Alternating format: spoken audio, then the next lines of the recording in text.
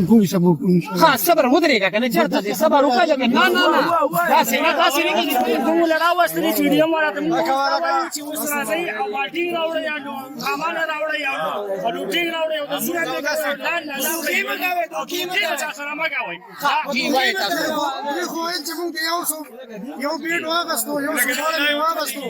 جی نو دوی اوس نه ګټي دا ګډوډ نشان را ان شاء الله بازار امیدوار بیا ستاسو بارک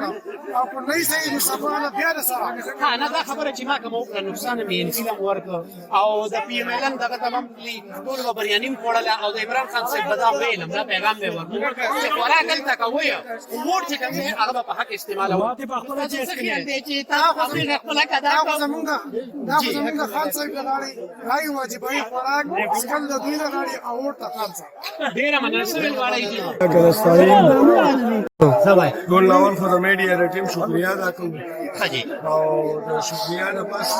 زبرداو ما چې پاکستانی قوم خپل فیصله وروله د عمران خان په حق کې خپل ووټ استعمال کړو جی خو دا کوم حالات چې نن پاکستان کې جوړ دي دا کوم داندلی چې د پاکستان تحریک انصاف سره شروع ده نو زمونږ چیرمن صاحب ګڼټه ټیم ورکړی دی دوی ته که چېرې په ګڼټه کې دوی د خپلې غلطې فیصلې واپس وانه غستلې نو انشاءالله تعالی موږ به د پاکستان هر یو چوک بندو موږ به د انقلاب ناره اوچتو ځکه چې د پاکستاني قوم د عمران خان په حق کې ووټ استعمال کو او د عمران خان په حق کې خپل فیصله وکړه نو پکار دي چې پاکستانی قوم ته خپل اختیار میلو شي ها سر تاسو دا پیغام ورکړو دا د عمران خان صاحب پیغام راغلی یو ډیټ ټارګټ یو ډیټ دا زمونږ د ګوهر چیرمن صاحب د طرف نه دا کال راغی اوس جی دوی چې په پنجاب کې کوم زمونږ 150 قومي سیټونه هغه کې دوی زمونږ سره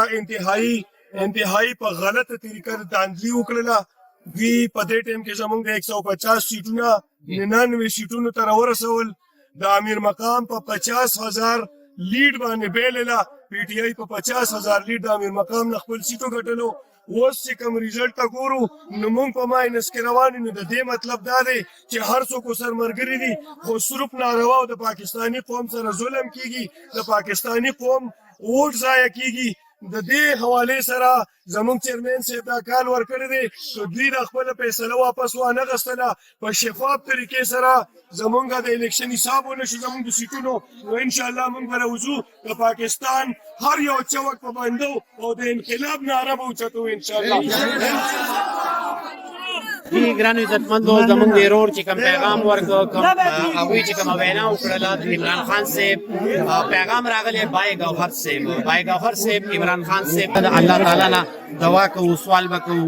چې الله تعالی دې زمونږ په ملک رحم وکړي او اوس چې کوم د الیکشن وشول الله تعالی دې دوی له هدایت ورکړي چې دوی کومه فیصله کوم عوام کې ورکړه نو هغه فیصله دوی له پکار دي چې هغه فیصله دوی ومني جی څه ویل غواړئ جی زه خصوصا ملیشیا نه ووټ راغلی وم او عمران خان له موږ وکړو نن سړی دی او روغ سړی دی موږ ټول سبو کوو ها صبر ودرېږه کنه چېرته دې صبر وکړه لکه نه